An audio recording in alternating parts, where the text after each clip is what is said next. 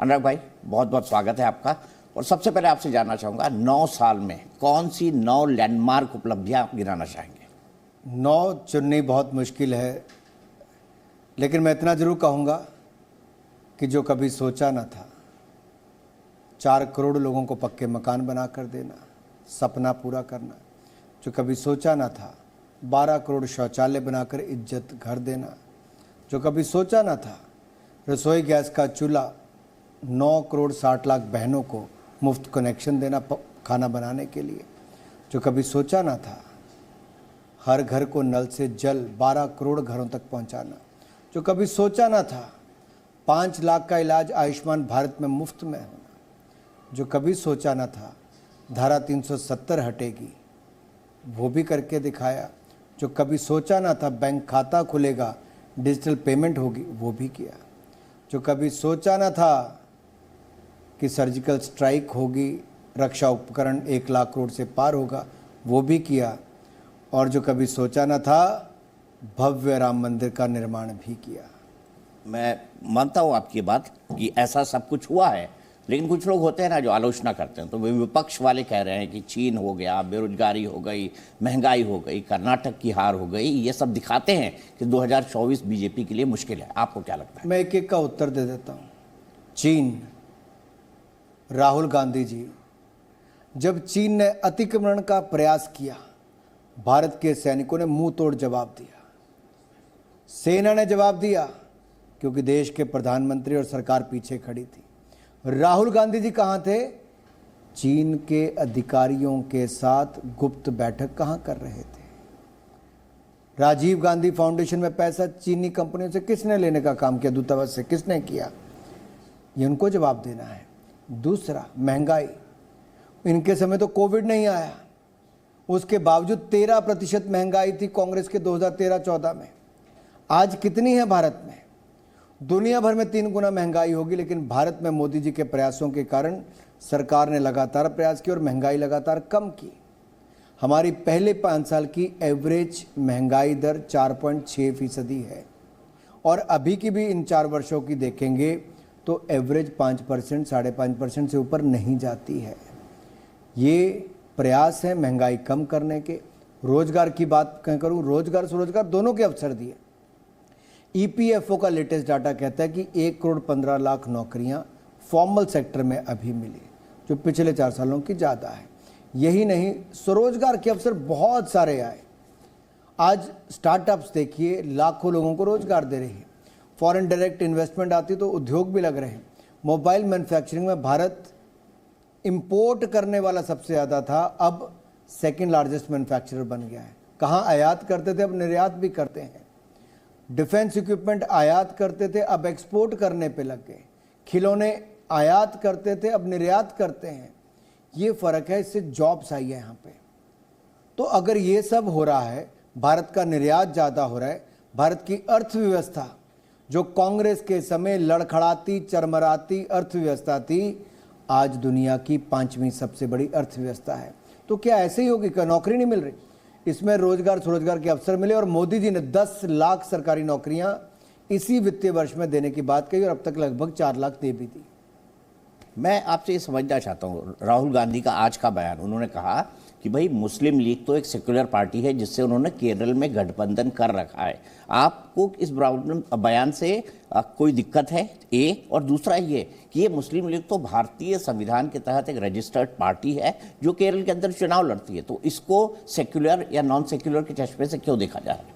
कांग्रेस के लिए हिंदू आतंकवाद है, और उस समय के गृह मंत्री शिंदे जी ने भी कहा, राहुल गांधी जी ने कहा, भगवा आतंकवाद की बात कह दी। लेकिन मुस्लिम लीग सेकुलर हो गई, धर्मनिरपेक्ष हो गई, और कहते हैं वो जिन्ना वाली मुस्लिम लीग नहीं तो किसकी है?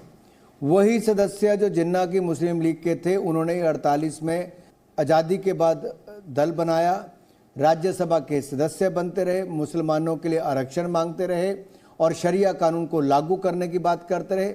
राहुल गांधी जी, कांग्रेस पार्टी जवाब दे, ये बी पोकर कौन है? और मोहम्मद इस्माइल ये कौन है? ये उसी पार्टी के सदस्य हैं। क्या जिन्ना की पार्टी से नहीं आए थे? कौन है ये लोग? और इनको आप सेकुलर कहते हैं? और भारतीय जनता पार्टी को कम्युनल कहते हैं। दुर्भाग्य है कि राहुल गांधी जी देश की जनता का अपमान करते हैं। जिस जनता ने पूर्ण बहुमत की सरकार एक बार नहीं 2 बार भारतीय जनता पार्टी एनडीए की बनाई, मोदी जी के नेतृत्व में बनाई, शायद ये हजम ही नहीं कर पा रहे कि भाजपा सत्ता में आके देश को आगे कैसे ले गई। ये तो गरीबी हटाओ के नारे देते थे, इनके समय गरीब और गरीब होता चला गया। लेकिन मोदी जी की सरकार में गरीब कल्याण के कार्यक्रम सेवा भाव से शुरू किए गए, सुशासन के नए आयाम स्थापित किए गए और डिजिटल पेमेंट्स और बैंक खातों के माध्यम से सीधा खाते में पैसा भेजा गया। आज पारदर्शिता भी आई और जवाबदेही भी हमने तय की है। आज गरीब को लगता है कि उसकी सुनने वाला कोई है, उसको आगे बढ़ाने वाला कोई है, क्योंकि एक गरीब माँ का बेटा आज देश का प्रधानमंत्री बना है। आपसे मैं राहुल गांधी के एक और बयान पर टिप्पणी चाहता हूं। उन्होंने एक बयान में कहा कि प्रधानमंत्री की तरफ तंज किया, उन्होंने तंज भी नहीं व्यंग किया, ये ज़्यादा कहना बेहतर होगा। उन्होंने कहा कि वो तो इतिहासकारों को इतिहास समझा सकते हैं, सेना को युद्ध लड़ना सिखा सकते हैं, और साथ ही साथ उन्होंने कहा कि भगवान अगर आ जाएं तो उनको भी वो बता दें कि ये ब्रह्मांड कैसे चलता है। कैसे देखते हैं आप इस क्रिटिसिज्म? देखिए, हिंदुओं का अपमान करना आम बात है, अब भगवान का भी अपमान करना राहुल गांधी जी की आदत ही बन गई है। यहाँ तक कि अब तो उन्होंने कह दिया कि गुरु नानक देव जी थाईलैंड गए थे, बैंकॉक गए, तो क्या कहना चाहते हैं वो? और वहीं पे उनके कार्यक्रमों में आलोचना होती है किसकी और अपमान होता है किसका? भारत के राष्ट्रगान का, भारत के तिरंगे झंडे का, भारतीय लोगों का, भारत के प्रधानमंत्री का। ऐसा कार्यक्रम जहां पे भारत का अपमान एक बार नहीं बार बार होता है, उस कार्यक्रम के मुख्य अतिथि श्रीमान राहुल गांधी होते हैं, और वो भी कोई कसर नहीं छोड़ते दुनिया में कहने की कि भारत तो खत्म है, लोकतंत्र खत्म हो गया। अरे दुनिया भारत में ब्राइट स्पॉट देखती है, भारत में उम्मीद देखती है, भारत में होप देखती है, भारत के साथ अपना भविष्य देखती है, और राहुल गांधी भारत को बदनाम करने का काम पूरी दुनिया भर में करते हैं। और उस समय दीपक जी, जब मोदी जी 6 दिन की यात्रा करके आए और उस 6 दिनों में 50 मीटिंग्स और उसमें से भी 23 दुनिया भर के प्रधानमंत्री, राष्ट्रपति उनसे मिले, उनसे बैठकें हुई, व्यापारियों से, साहित्यकार से, लेखकों से, बुद्धिजीवियों से बैठकें हुई। भारत के बारे में क्या कहा गया? पापुआ न्यू गिनी के जो हमारे प्रधानमंत्री, उन्होंने पांव छूकर मोदी जी का स्वागत अभिनंदन किया। इटली की प्रधानमंत्री ने कहा दुनिया के सबसे लोकप्रिय पसंदीदा नेता मोदी जी हैं। ट्रू पैट्रियट राष्ट्रपति पुतिन ने कहा। अमेरिका के राष्ट्रपति ने कहा कि आप अगले महीने आने वाले हो, मुझे इंतज़ार है। आप इतने लोकप्रिय हो अमेरिका में भी कि मेरे पास टिकटें ख़त्म हो गई, मैं बड़े बड़े लोगों को भी मना करना पड़ रहा है। और ऑस्ट्रेलिया के प्रधानमंत्री ने कहा मोदी इज़ द बॉस। क्या ये केवल मोदी जी का सम्मान है? अरे 140 करोड़ भारतीयों का सम्मान इन दुनिया के बड़े बड़े नेताओं ने किया है। ये भारत भारतीयों का सम्मान है, और राहुल गांधी जी उसी को ही अपनी सस्ती लोकप्रियता पाने के लिए, राजनीतिक उद्देश्यों को पूरा करने के लिए दुनिया में जाके अनाप शनाप बयानबाजी करते हैं। जी न्यूज़।